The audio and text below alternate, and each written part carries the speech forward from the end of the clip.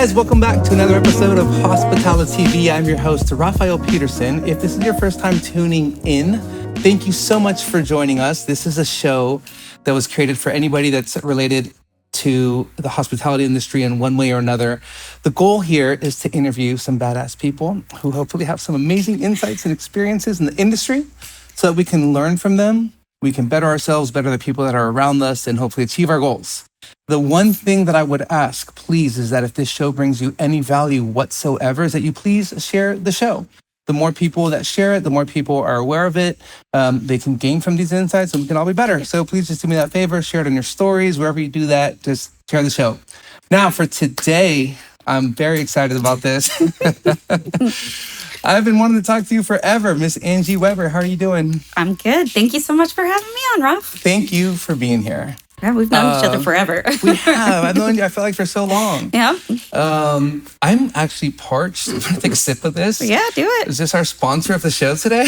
Can be if you want. Sure. What is this? You brought these drinks. I did. So in my new gig that I do outside of the restaurant, I am the VP of beverage for a global entertainment company. And we get all kinds of samples all the time. And this one to me just stuck out. It's mushroom water. So it doesn't taste like mushroom. Nope, it doesn't. They call it their vacation blend. It's like tropical citrus buzz. But it's made with lots of different kinds of mushrooms and it has ketones in it. So it gives you focus and a little bit of energy, and I'm kind of addicted to them. All right. So. It's actually delicious. Right. I love them. Yeah, we're all addicted to them at work. So it's pretty fun. All right. I thought I would share something different. Thank you so much. Yeah. That's perfect. So like a little side project, you're not busy enough with running one of the best steakhouses in San Diego, and you thought you'd go be VP for a global company selling more beverage? Yeah. So I've actually always had a job outside of the restaurant. So even when we first started the restaurant, John and Chef were in the restaurant every day. And I still worked another gig. So back then I worked at Sky when we first started, and then Effin, and then on to Monin, and now I work at Legends. So okay, I love that. So there's obviously a lot to unpack there. There's a lot there, yeah. So I think we may have skipped over, but you're the owner-operator of Cowboy restaurants here in San Diego. Yeah. And we have another location in Colorado Springs. In Colorado Springs. Yeah, so we have two. Yeah, we have two Cowboy Stars. So San Diego opened in May of 2008. It's about to turn 16. And oh my gosh. Colorado Springs opened in April of 2015. So it's about to turn 9. Wow. Congrats. Yeah. That's huge. Yeah, it is. We're pretty proud of both properties, and it's been an amazing ride. It's it's fun because the restaurant, it breeds its own culture and life. And I can remember being on a plane, and this was maybe only a few years into San Diego, and the people across the aisle from me were talking about Cowboy Star. And cool. I was like, wow, like this thing has really gone past us now. Like it really does have its own life. And the people that work there dictate the policy. They make the food, they make the culture, they make the ambiance, all of it. So we've been really lucky to have teams that have been, some folks have been with us all 16 years. Some new kids are 13 years in, Dang. Oh my God. So it's a great place to visit even for me now, so. So I have to jump on that because, and I just want to start off by saying too that you and I met when I was working at Born and Raised, and I think that was the first time that we met. It feels like I've known you for longer than that. I know, right? I don't know. But you would come in, you and John would come in, and you'd just come in very casually and just love having conversations around wine. Yeah. And I always look forward to it. I just get stoked when you guys would come in because I knew it was going to be a great conversation. We don't have any other hobbies, so that's it. But you guys are also cool, and I think it says a lot to a person just how they are outside of their workplace and how they carry themselves, especially in restaurants, right? Like that's the classic thing: is the person nice to the server, are they nice to the bartender, and are they nice to the hostess? And you guys are obviously all of those things, and it's very natural and authentic. And I just really appreciate that because I've heard that from a lot of other people that say that about you as well. So I just want to recognize that for a second because that's not everybody always carries themselves like that. So when I see it, I appreciate it. Anyway, what I was going to with that is I think that there's something so big to be said about having people who have had such a long tenure at the restaurant. That's amazing. And not a lot of people can say that. If anything, I mean, it's very, very rare that Rare, somebody can say that. right? What do you think? What do you think that is due to? That people have stayed there for so long, and you have people who are there from day one, 16 years in, who are still there. So we can go back to what you just said a little bit about how, John and Chef Victor and Alice and I carry ourselves when we're out and about dining, things like that.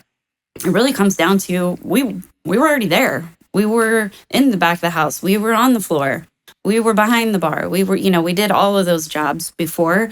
So we knew how hard they are. And we value people's time and their energy, and they're taking time away from their family to be at Cowboy Star and do this with us. And so it was just making sure that they knew we respected them. And one thing that I wish we had done this earlier was a friend of ours, Steve Sekviar, talked us into doing this thing where you kind of create like your company's North Star, your guiding light, and a set of principles that you work off of. And I really recommend this to anybody that's starting a new business. Like, we did it way too late. We did it 7 years in, but it really did make a difference where, we created these values and kind of honed in on what they meant to us, what they meant to the staff, what they meant to vendors that dine there, and what it meant to guests at the end of the day. And it was a painful process to go through. There was crying involved. And so we finally get this out and get them into a little handbook. And I don't think that we could have done Colorado Springs had we not done that, because we really needed to create what that DNA was that we were going to go and translate to somewhere else. And so I would definitely recommend that for anybody starting a new business. Can you share what any of those values were that you created? Romantic warmth. Romantic warmth. It's my favorite one. Yeah. Wow. Just the idea of being, taking people away, the escapism, and I have 2 phones on me today. But being able to set that aside for a minute and be in a space that feels romantic, feels like an escape, and that's really what Cowboy Star is supposed to be, or is meant to be from our, focus. So, just kind of creating that ambiance and the warm hug feel that you get when you're eating that mac and cheese and, that kind of thing. Or that delicious loaf of bread that they bring out for you. Yeah. It's so good. Yeah. I mean, you definitely do feel that when you go in there. And I felt that the first time I went in, I think when it was 2016 or something. And then I went in when we had first opened Born and Raised to celebrate. And I've been on a couple times since, and it's very consistent across the board. That's amazing. I think that a lot of people maybe have, everybody has values that they want to portray out to their staff, right? I think maybe it's maybe there's a disconnect in communicating that message clearly, because not everybody receives those values maybe the same way. I mean, obviously big hotel groups and everybody have a whole list of pages of the values are and what our things are. But I think sometimes that message gets lost, especially if the people who are trying to deliver those values and articulate them to the staff maybe don't abide by them themselves. Yeah. Or there isn't there's a disconnect somewhere in the link in the chain, right? Then I think maybe that's where people don't execute on those values as well. Yeah. Yeah, it's hard, right? But I think one thing about Cowboy Star is that it's always been a collaboration, always anything. The menu is a collaboration, the policy, the serving style, everything is a collaboration. People will come in and say, hey, I think we should do it this way. And everyone will vote on it. And all right, that's what we're doing now. Let's change it. So, I think it's really important in a leadership role in a restaurant company like that to not get caught up in, not be able to move and not be able to change. You have to be able to change because the style will change and, the people will change. And, we went from doing linen on the tabletops to, a beautiful marble, but it was a big change for us. And, we were really concerned about making the change because we felt like it was such a part of our identity before. And, the staff rallied around it, and Louise Keene, the greatest service professional in history of service professionals, figured out a way to clean the tables properly where it was still elegant and beautiful. And So, you figure it out and you keep changing and moving forward and, but everybody has to be a part of it. Man. Yeah. Yeah. No, I love that. Because then they take ownership in it too, Yes. right? Yeah. Yeah. So I want to go back a little bit then, leading up to the opening of Cowboy Star and kind of what caused you to have that idea to do that. Oh, all the way back. Okay. All the way back. Oh, yeah. Yeah, because you said It's you worked in called restaurants. naivety. It's one word. No, I'm super curious because I didn't know this. And when I was looking you up a little bit, I saw that you have a background from the supplier side and that you've worked in sales. I thought maybe at one point we talked about you hadn't worked in the restaurants, but I didn't know that you actually worked on the sales side and not just with anybody. I mean, you were some big brands like Sky Spirits, Nothing Vodkas. Even before that, you were in the restaurant though, right? How did you get into the restaurant business? I knew when I was 16 that I wanted to own a bar. So oh my gosh, that was how it started. And what caused the that day I turned, I don't know, my parents. Wait, I don't know. Did you grow up? Did your parents have a restaurant or a bar? No, they owned a heavy equipment business in Lakeside here out in the outskirts. Did they take you out to restaurants or things like that? Yeah. No. I mean, neither really. Well, but we entertained a lot at the house. Like they threw a lot of parties. And I think I loved that idea, and I was always like the bartender, quote unquote, they'd prop me up and like, okay, when someone asks to make them this, and if I just thought that was such a fun life, I would see people on TV or, hear about it and think like, gosh, that sounds like an amazing way to live, right? Like everyone's having fun and you're getting paid for it. Yeah. So the second I could start bartending, I worked at this eye doctor shop and I marched across the street to what at the time was Johnny M's 801. It was right where, it was on the corner of 4th and F. So I think it's been like a million things now, like Hard Rock or I think it's like a comedian place now. Like, anyway, that was my first bartending job. And I had a tub of beer that I sold, and that was it. College kind of fell away after that, and this is what I wanted to do, and I loved it, and I didn't stop. So I still to this day, if you ask me what I really am, I'm a bartender. Wow. Just inside, like that's my I think like that's still my favorite job, And what's your favorite drink to consume? Oh gosh, a painkiller. Oh wow. But yeah, I just love them. I don't know what it is, but I do know what it is. It's vacation. Yeah, exactly. So to me, that's like, ultimate vacation cocktail. I love it. So I made those through the whole pandemic by the pitcher.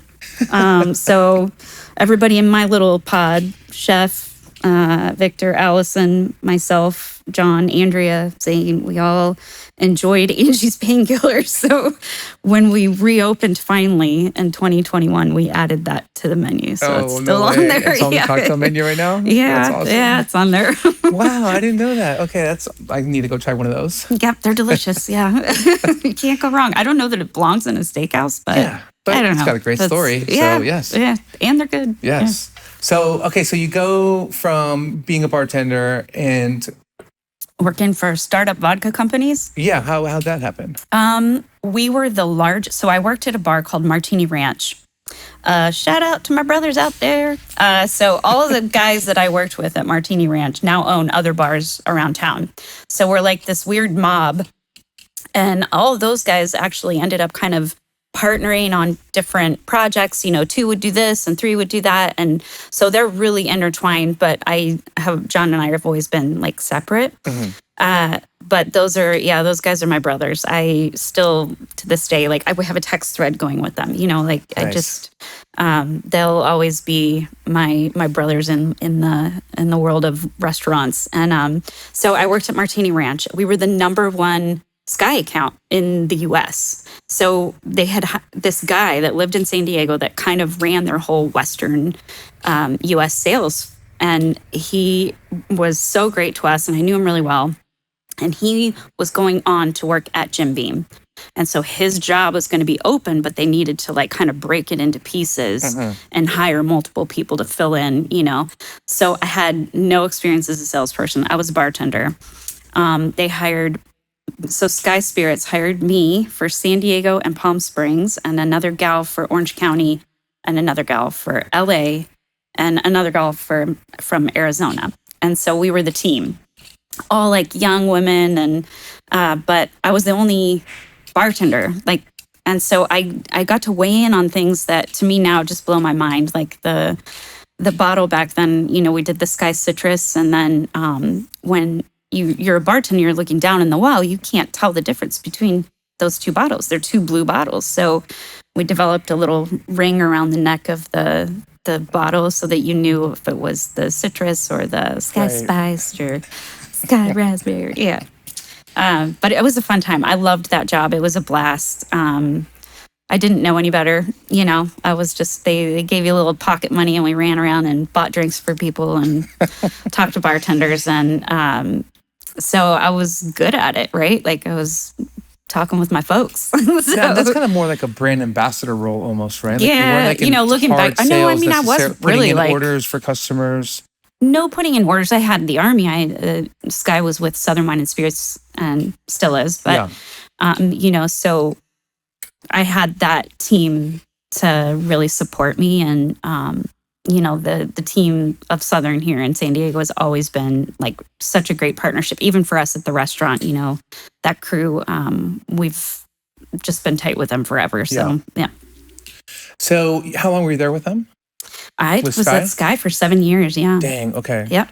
And then the next gig that I went to after that was another startup vodka. It was Effin at the time. So John Deidelbaum had created the brand and was in the process of selling it to Constellation. So it went through a couple variations of ownership. So I had to actually interview with him and then interview with Constellation, which were two opposite interviews. One was very, creative and simple. And then the other was like a 2-hour, you had the fake inbox and, creating, delegating work and, things like that. So it was a really wild experience. But I did that for a couple of years. I rode through those sales until Sazerac. And then after what that... was the position at Effin? Is this also kind of just like... I think regional sales. Oh, regional sales. Okay. Yeah. So again, pretty similar working with, to what you had just been doing. Working with Southern again and just managing sales for... I did Southern California for that. Yeah. Gotcha. And then... what happened after that? Oh, so my mentor, a woman named Angie McKeska that I worked with at Sky, she was amazing. She really kind of helped me when I was at Sky develop a new role when I was there where I became like more of a national account person. And I loved that. I loved that like kind of long, slow process where you're leading up, but then when you get a sale, it's like, boom, a really big sale. It was like impactful. And you're not just moving those compromise, like a national account person, or you just talk to national buyers who overlooked several states and they can make the call to say, yeah, we're going to put you in. Yeah, we have, 20 units and here, thank you for your pitch. We'll put this tequila in, Yeah. Yep.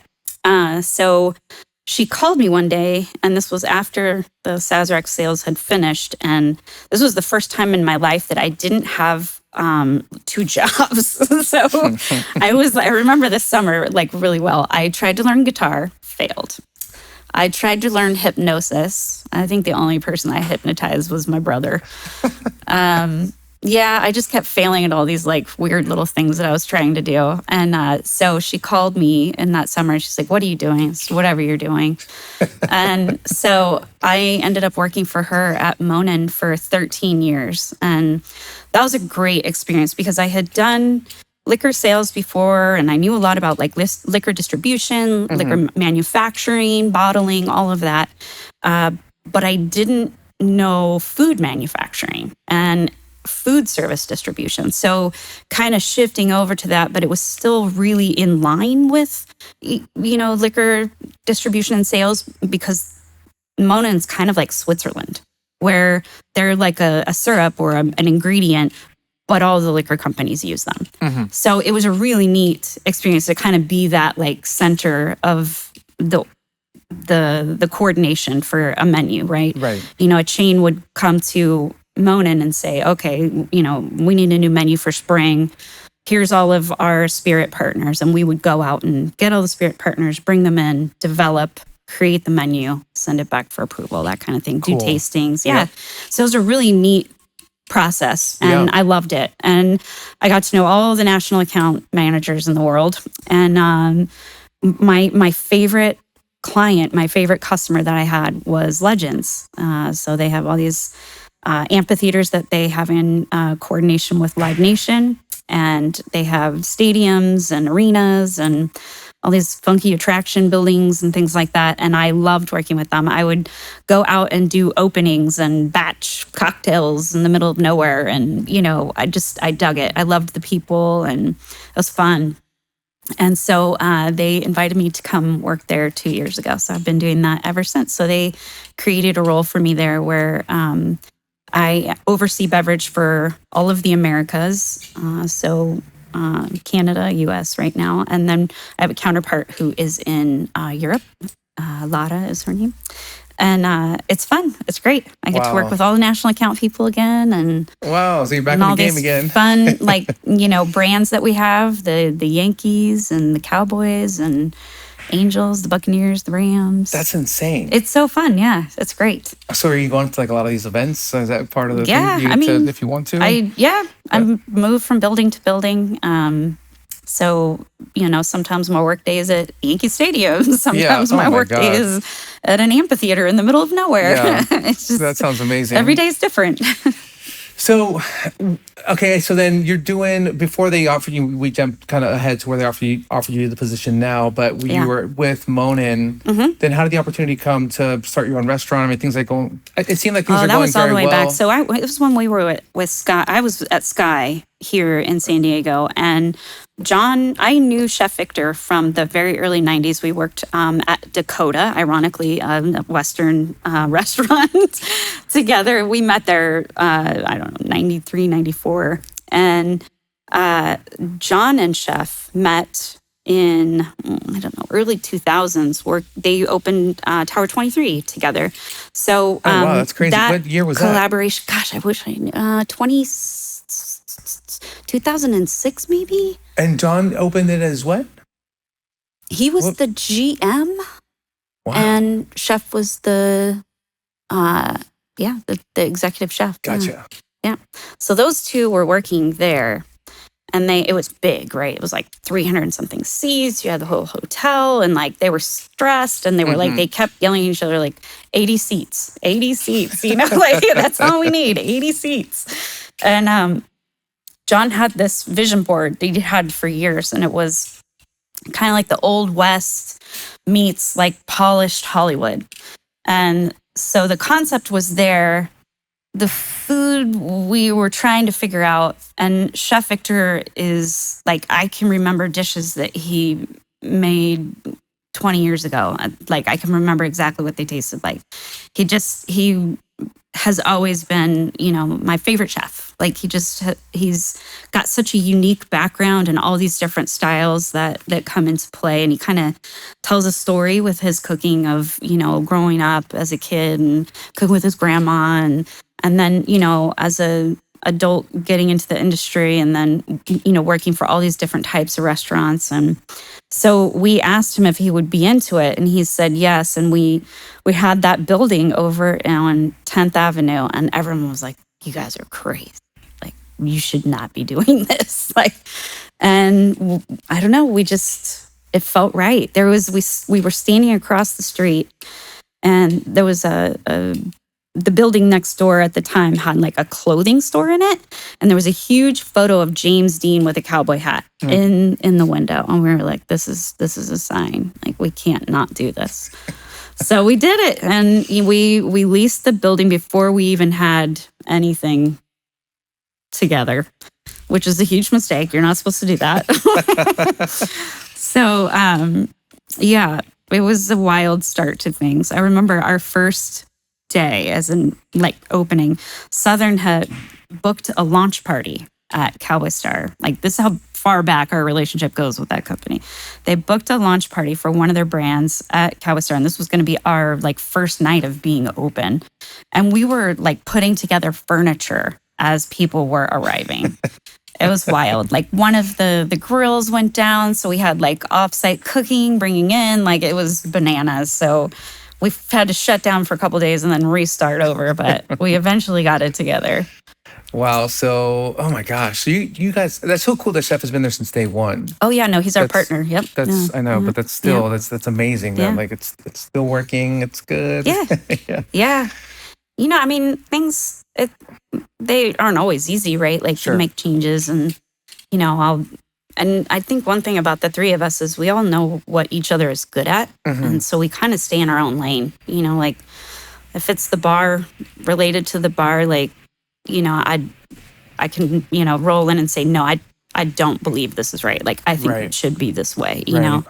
And, you know, especially Chef and I, you know, we love foreign wine, and John he would not let us add foreign wines to the list for years. And, you know, finally we had this incident in Ojai, the Treaty of Ojai. The Treaty of Ojai? The Treaty of Ojai, where we got him to agree to let us bring in foreign wine. Yes. So now we have them, So keep that treaty going. It's funny, yeah. Oh my gosh. Did it take a lot of convincing, or was there a lot of wine involved? Or? So much wine. Really good wine, too. But yeah, a friend and someone who John really trusts and has a lot of respect for, a friend of his named Ben Kephart, told him that was the only thing he would change about Cowboy Star is adding foreign wines. And so it took Chef and I, you know, whatever, we were arguing for years about this. And then one, you know, comment from Ben Kephart, that's all it took. Pushing in the right direction. I'll take it. I get it. You know, it's nice to have. I love it when people do. You know, they double down on a concept and on a theme, and they want to hold to that. And they really want to showcase the region. I imagine it was, you know, especially with the cowboy theme. It's like we're going to do domestic, right? You know what? And I think it was just easier. I respect that. Yeah, it was easier, right? It was an American concept, American dining. Like the food was really Americana, so it didn't hurt to go in that direction. Yeah. It was just eventually like, we needed to branch out and be able to, you know, we had a lot of guests that they wanted to spend more money than that, you know, so we needed to, you know, kind of up our game a little and keep continuing to better ourselves in the menu. And so that was something that came from that. So it's good. Do you have any tips or insights for people on how to collaborate in the best way possible with their suppliers/distributors that may not have had the background and the experience that you have had from that side? Yeah. So there's always one caveat, right? You get a salesperson that doesn't do the due diligence. They don't go in, learn the business, and then make suggestions. They just come in with, here's what I have to sell you. And that's not right? That's backwards process. So as a salesperson, I would dig into the business first and then look for opportunities and say, you know, you're doing great with this. I wouldn't change it, but I think there's room for something here. What do you think about that? You know, things like that. That's such a good point. Yeah, you really have to know it, right? And I think that buyers respect that when someone's done the research. Definitely. And, you know, they come in and say, okay, I realize X, Y, and Z. So I do have a recommendation for this. And that way, you know, no one's time is getting wasted, right? So I think a lot of times, you know, people are like, hey, how can I get in there? Well, that's a good question. How can you? You know, I don't know. You tell me. Right. Solutions, not problems. Yeah, right. Right. You know, a lot of the bigger groups like buyers, you know, corporations will do RFPs and they'll, you know, do them annually or biannually or maybe around certain concepts. But, you know, that can be great. But again, you still got to do that research before you come in there guns blazing with your proposal of, you know, here's all my new things for 2025. And that's great. I'm so happy for you. But also, how do we work together on this? Yes. That's such a good point. What about from the buyer side? Because that's kind of for the salesman, right? So it's so funny. One of the head guys at RNDC just a few weeks ago was like, "You're my favorite buyer," and I was like, "It's because I was on the other side. Like, I'll take meetings. I think a lot of buyers just won't even take meetings, and I think that's a mistake. I think." And a lot of times they'll say like, if you're going to send me something, just make it only this many pages, or they'll put a cap on the content that can come to you, and I don't agree with that. Like, I mean, I might not be able to get to all of it, but at some point I might be able to go back to it and reference it and say, hey, wait a second, what about that? This actually happened to me. So when I was at Monin, and actually this started when I was at Sky, I was calling on the buyer for Islands, a guy named Tim Pereira. I absolutely love this man. To me, he was one of the best buyers ever. Like but he was very strict about it. Like he didn't want you messing around with his time. He didn't want to waste yours. Like it was very, know what you're doing. And I would send him like, hey, I think this is a great idea. No response, and I was like, oh, rats, cold email there.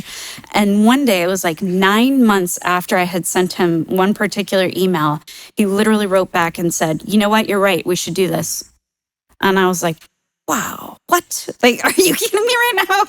So I think there's something to be said for that, like persistency, sure, but also making sure that like your pitch is of value. And even if it's not right then, it might be at some point. Yeah. So, yeah.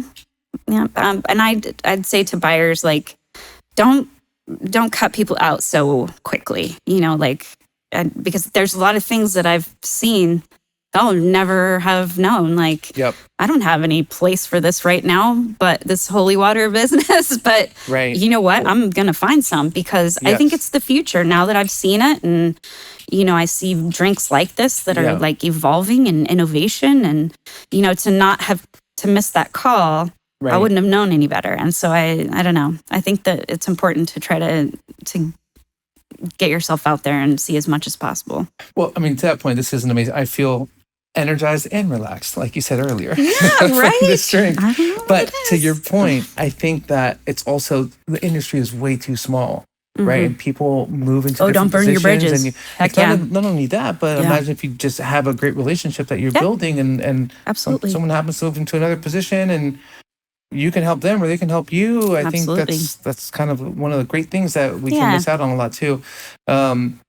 Your current buyer at Cowboy Star is an absolute sweetheart, and I absolutely love working with her. I know. I just need to give a shout out to Allie because I have to. I don't even care if she buys from me, which she does. But I'm not. It's not even about that. I think in this job, in this industry too, I think we're in it because we love working with people and we love interacting with people and we love having great connections with people. And I think that she's a person that is it's easy to connect with her. I think if you're just a good, decent human being and she reciprocates it very well and she's just an absolute joy to work with. And I mean, you've been you're still on this side, you're still on the supplier side, and you know how nice it is when there's people that are just very cool people, and even if they're telling you no, like it's okay if people are just cool about it, and it's cool. Maybe it's a no now, and we'll look at something later, and we'll develop it into something. But I'm not upset about it because we're just having a conversation, and that's business, right? Absolutely. Yeah. So, oh gosh, it makes it so easy. Okay, I need to stay on topic here because we don't have all day, and I could sit down with you for several hours, but I do want to, there's a couple other things I want to make sure that we address here. Okay. Let's hear it. So I think that you have so much experience in the industry. If you could look back on, the 6 months prior to you opening up Cowboy Star, would you change anything? What would you do different? Looking back, right, in retrospect, there's always so much knowledge that's gained there. What would you change, if anything? So at the time, we knew a little about reporting, you got a couple of spreadsheets, right? Reporting is the most important thing that we did for ourselves. And we did it How do you define reporting? Too late. Like an internal system. Creating systems is really the key to success with this, right? Like when you have systems in place that create guardrails. So for us, we use a product. Well, we used a product called See to It, internal kind of brain, and it breaks down everything from when the invoice comes in to the cost, all the way down to the gram that goes into the recipe that goes out the door. So having that kind of control over costs and labor and all those things are so critical, because it's such a tiny margin already. And if you're not doing it right, you're going to lose, right? Like you're going to go broke. So just having those systems in place that let you really see the business how it is, like what's going out, what's coming in, where are the hours lost, where is the product lost, like those kinds of things are just really important. So any kind of reporting software that ties to your point of sale, things like that, like it's critical. And I mean, people are so much more in tune to that now. Like, 20 years ago, it wasn't as big of a deal. Like, a little one-off mom and pop, you didn't really do that. But I think now people are much more aware of that and are able to like get a better handle on what they're doing. Yeah, because I think there's also maybe a sense too, and you mentioned it earlier, which is when you knew you wanted to have a bar. It's like it just seems so much fun, and everybody's at your place, and everybody's partying, and they're having a good time. Yeah, maybe they don't treat it like the business that they should, right? Yeah, I've seen that. Right, it's a real fun party. Do you still use See to It? I think we switched to something just 365. So Sorry, basically, they bought it. I think that industry is kind of shrinking too, right? There's so many popular ones. Toast is really popular. Yeah. Crunch Time, I know a lot of the big chains use different ones, but. Do you guys use a consultant these days? No, we just turn inward. Did you have a business mentor during those days to kind of help put you in the right direction, or maybe not on the early stages, but later on that kind of would guide you as to what you were doing, or were you guys just figuring it out? Particular things, right? Like, the thing with going through the process of creating your North Star, your company values, like we hadn't done that yet. And someone that is a good friend to us that is in a different business said, hey, you should really do this. And it was a huge impact on the business. So I mean, there's been things like kind of specific ones here and there, but we've not really done like a consultant or anything like that. Just kind of look inwards and, what do the people in the four walls want to do? Right. We did have the experience as well, though, from chef and the running different places and there's so much learnings in that. Yeah. I want to jump to another thing that I had on my list for sure that I literally, when this happened, I always wanted to talk to you about it. No. But obviously it's just life and everybody's busy doing their thing. But during COVID, God, you got bust out the whiskey, right? Yeah, I know. I'll put a shot in your drink if you need it. Yeah, we're gonna start a pound of whiskey. And I mean, it was obviously such a brutal time. Everybody's talked about it up, down, left, and right. We've turned it over so many times, so there's no need to, repeat too many things from there. But the one thing I do have to say is that I was still working on the restaurant side during COVID. And that was just an absolute nightmare of a time. But you were one of the first people to be very vocal about what is happening. Why are we doing this? Why can't we open? Why do we need to be closed? Yep. And I just remember, I was like, I love the restaurant world, man. Like I've been in it forever. It's been my life, and I'm still, even though I'm on the sales side, I'm still feel very connected to it. But at that point, I was still working in it. Long hours like everybody. I've been doing it for 20 years, and it felt so damn good to see somebody here locally in San Diego like fighting for us, and really like raising their voice and being very vocal about like you can't crush the small independent business owners here. Like, what are you guys doing?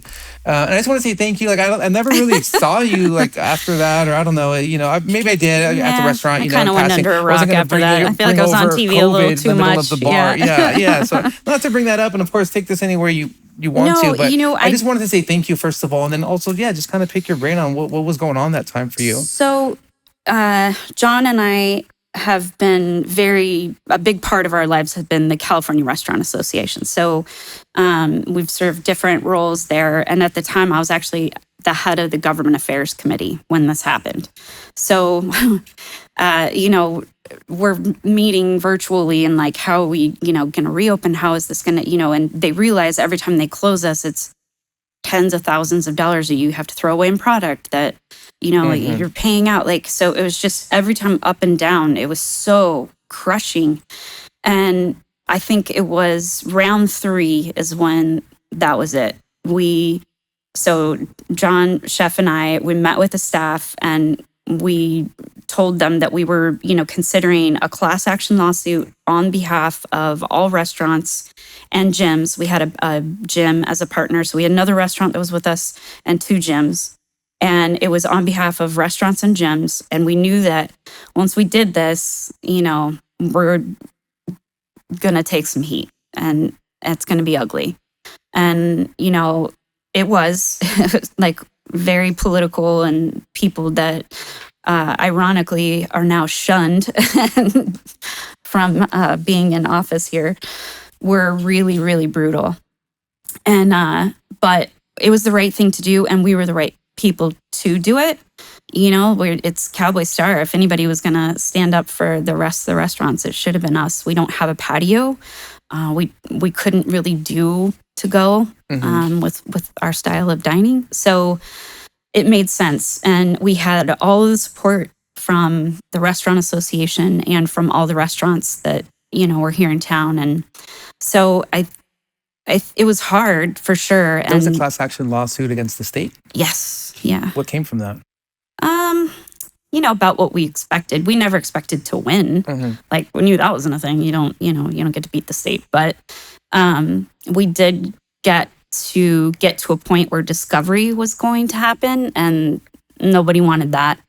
And so there was some concessions that they made statewide, allowing people to reopen, and so it was a push-pull with them, and really, it's just brutal. I mean, we knew it was going to be horrible, but yeah, that was it. So it went on until that was November of 2020, and then it went all the way until March of 2021.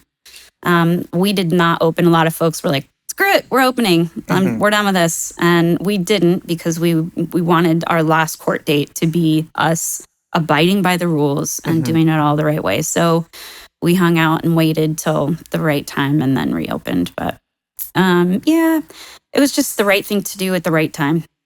That was it.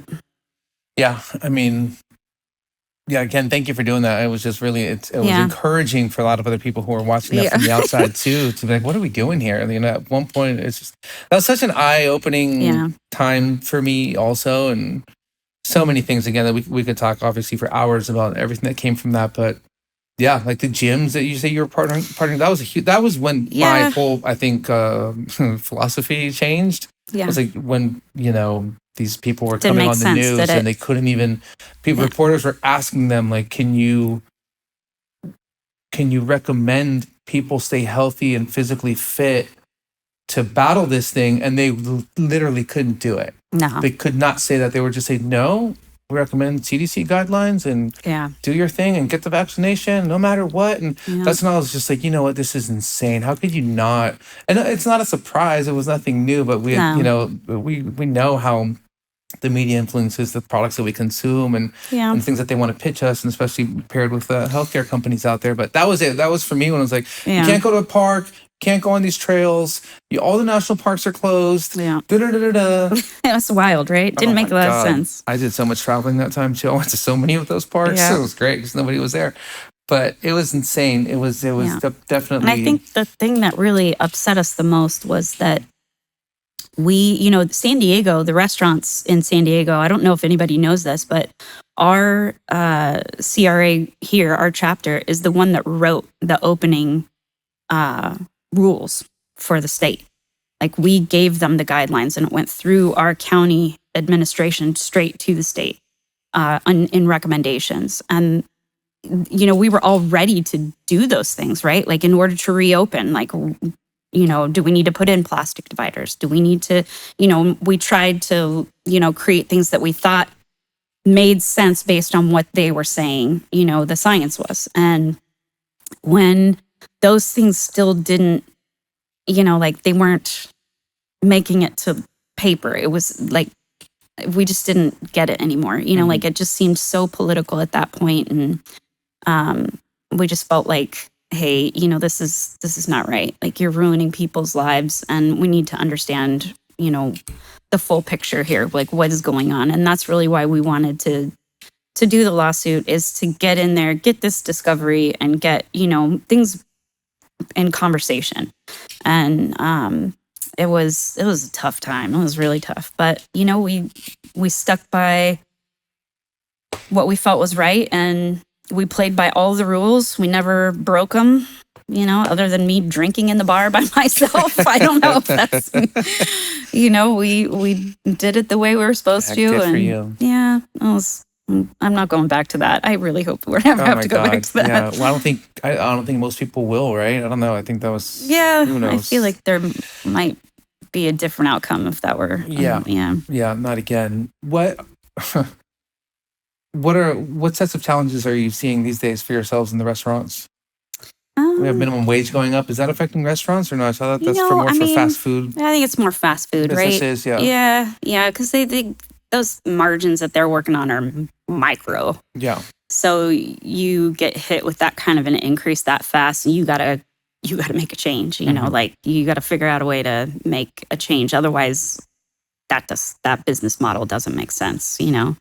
So for restaurants that are more like fine dining, full staff, things like that, I think we've all been paying those kinds of, wages. So it doesn't affect us the way like that would affect them, right? Like that big of a hit like that. Right. So, I don't know. I mean, we're just still really conscientious of like what time looks like, and how do we, not get crazy with time, and how do we, be responsible with it, and that kind of thing. But yeah. Bringing it back a little bit to wine, are you seeing a decrease in wine sales? I feel like a lot of people that I talk to, especially in my position now, I talk to a lot of people throughout the county, and I also have Palm Springs like you did. Yeah. I have the desert. That's kind of a different territory, actually. The country clubs and those guys out there, let's not include them into this conversation. But like in San Diego, across the county, I feel like a lot of restaurants are seeing an uptick in cocktails and liquor sales, which has been happening for several years now, And the wine's kind of decreasing. Like, what do you think is going to happen here? Beer's like, really taking the hit, right? Like, yes. They're really... Yeah, it used to be. That was the thing for San Diego, right? All the microbreweries. Yeah, they're getting into everything they can now. They're getting into waters, seltzer, anything they can. Yeah. How does that translate to the restaurant? Like, are you guys doing anything to prepare for that? We've always had a really strong specialty cocktail program. So, we've always leaned heavily into that. And we're not a cocktail bar, but we do have like nice cocktails at a restaurant, Yeah. So, we try to do fun stuff and have like a couple things on there a little more whimsical and, a little crazy, but it's still, it's a restaurant, and it's not necessarily like, a big elaborate cocktail bar. So, right. Well, it's Steakhouse too. You have to have that good, delicious wine to go along with it. You have to, right? Yeah. So it's pretty spread out. I'd say it's between wine and spirits, it's pretty spread out. But we do a lot of spirits, a lot especially. I want to, I'm sorry, I have like 10 more things I want to talk about here, but we're running out of time here. But I do just wanted to ask you this, because obviously just everything that you just told us about how you were able to react during the pandemic, I think also is a great model for like, be active in the community, act on the things that you believe in, and right, not especially what we see nowadays. There's just so many people just chiming in. Everybody's got an opinion on something, but not too many people kind of act to be a better part of their community. Maybe I know that you're on the board for the California Restaurant Association and also for the San Diego Downtown Partnership. I think are you still with them? I've kind of backed away from a lot of the boards. The only board I'm on right now is the East Village Association. Mm-hmm. So super excited about what's going on in East Village. Tell us about it. There's been a plan in place for a very, very long time, but it is just now kind of getting rolling. Mm-hmm. So the East Village Green, all these different projects that are happening. So everybody in East Village is excited. There's a lot of small businesses that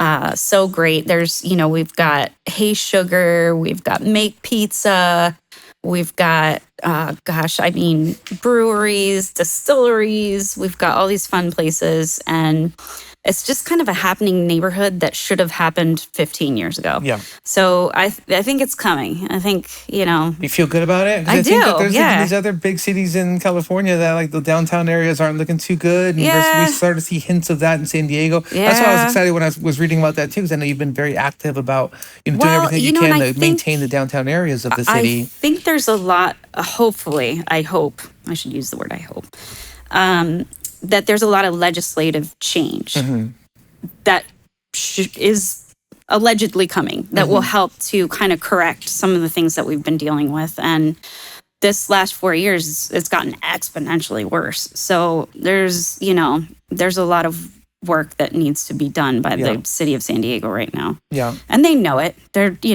not foolish. They know what's happened. And so it's a matter of, finding the right projects and, using the money the way it's supposed to be used and that kind of thing. But the neighborhood itself, I think the people that live in the neighborhood and have businesses in the neighborhood, I think they're ready to move forward.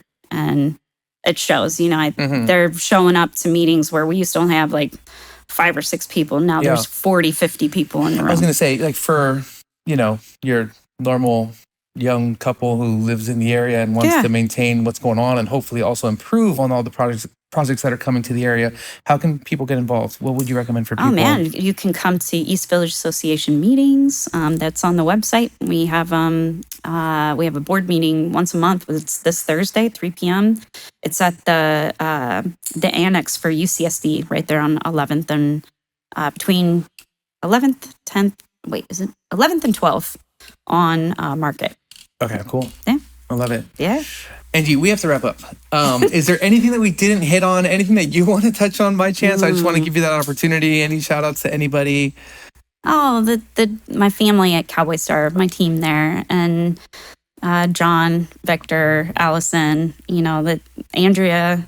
We've been through so much the last 16 years, and it's just crazy to me that it's about to turn 16. So it's just wild, and we've created such a fun, great little family unit there, and I love everybody there.